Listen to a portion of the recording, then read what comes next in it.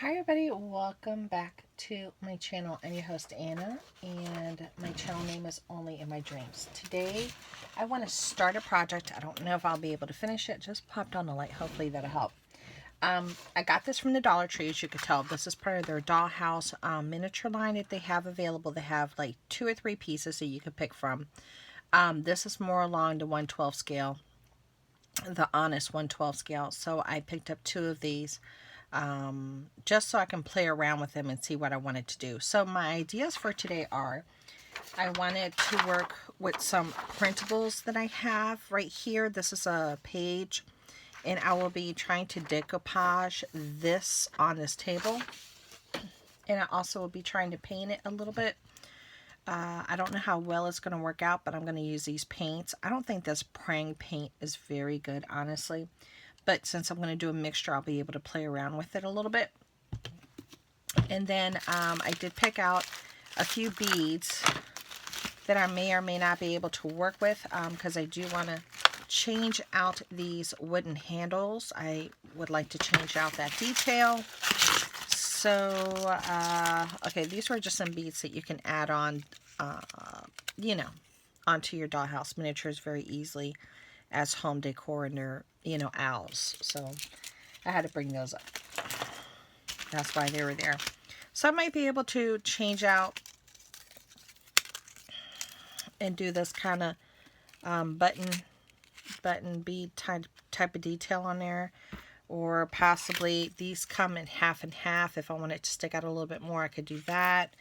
Or if I wanted to do more of a flat rounded bead and maybe put, depending upon how it looks, I could put like a darker bead in the center.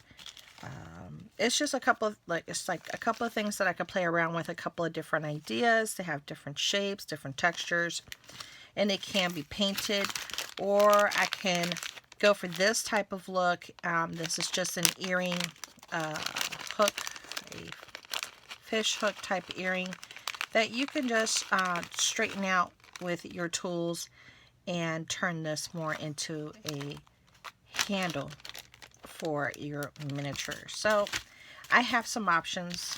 I like to have options because you never know how or what direction a project will go, because I always start doing one thing and it ends up being something else. I do have my tools that I can work with. These are my tools for the beads and what have you. And then I'll probably be using for the glue maybe some Glossy Accent. For the Mod Podge, I will be using school glue.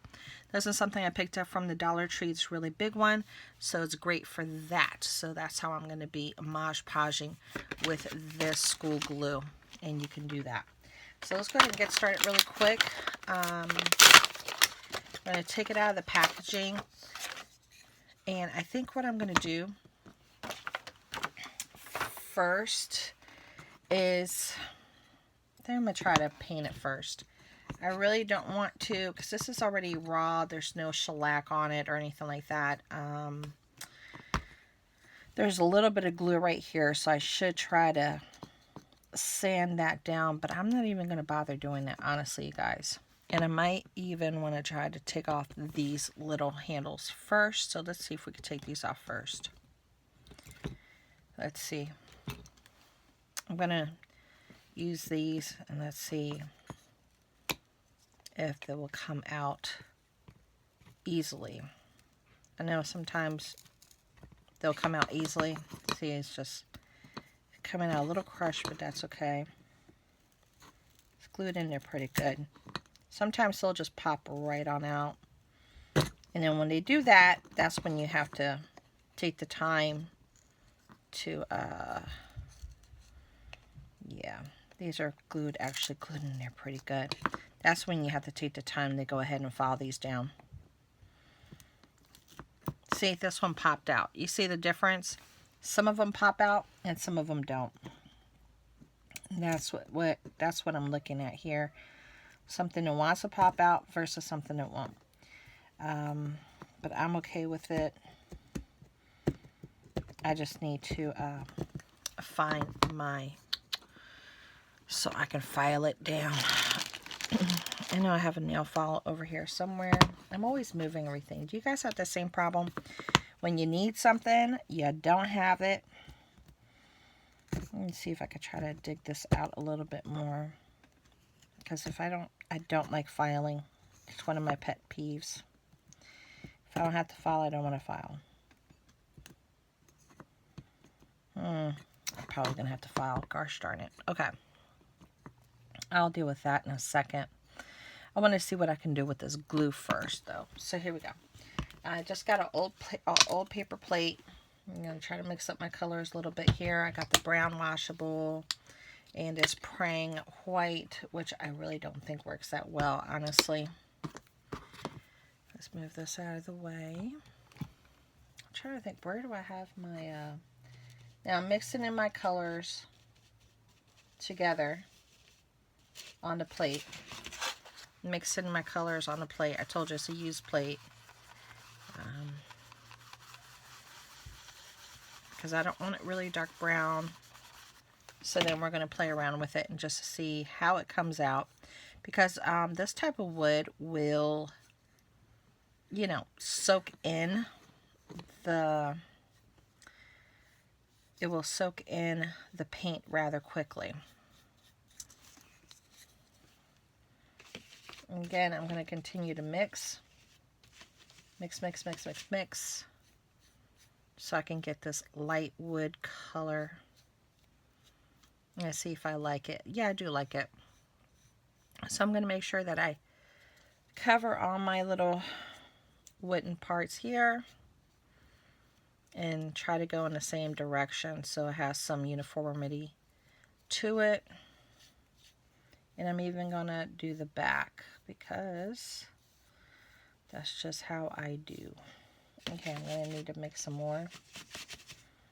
Because I'm doing it like very thin layers. Do you see that? It's like a very thin layer. I don't want a thick layer of color. I just don't. I want a thin layer, and then if I have to build it up, then I'll build it up.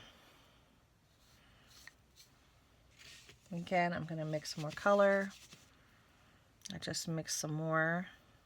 Do another layer here. And then I might do some dry brushing at the end. Just to get some additional depth that I may want for my piece. So I'm going to work on this and I'll be right back.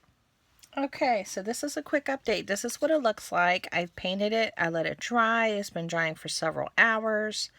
I feel that it looks really good. It's just what I needed it to be as of right now. Like I said, I might dry brush it later, but this is what it looks like. Now, the next step for me is going to be decoupaging, deciding how I want to go about doing this. But I wanted to use this piece of art from online from about 15 years ago that I had in my file. And I think that that's going to be a very interesting look. Now, I just want to figure out what part of it I want it to really be seen here on the top. I think I want the birds right here. So I'm going to cut this out. I'm going to flip this over. I think I want it to be right about here.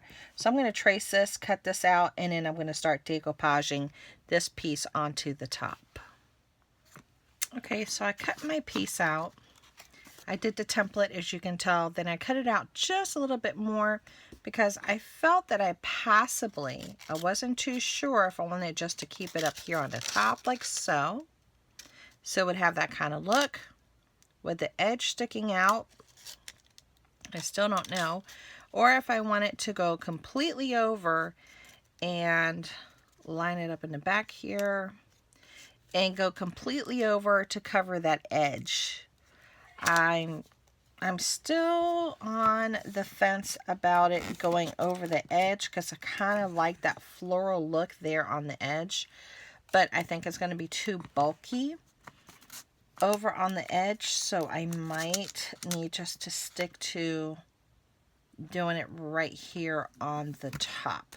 So let me go ahead and get this going and I'll be right back.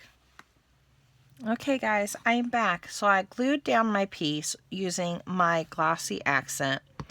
Then I decided to go ahead and put several drops of the Glossy Accent here on top. And I am just using a fluffy brush and I am just gliding it over so it will seal.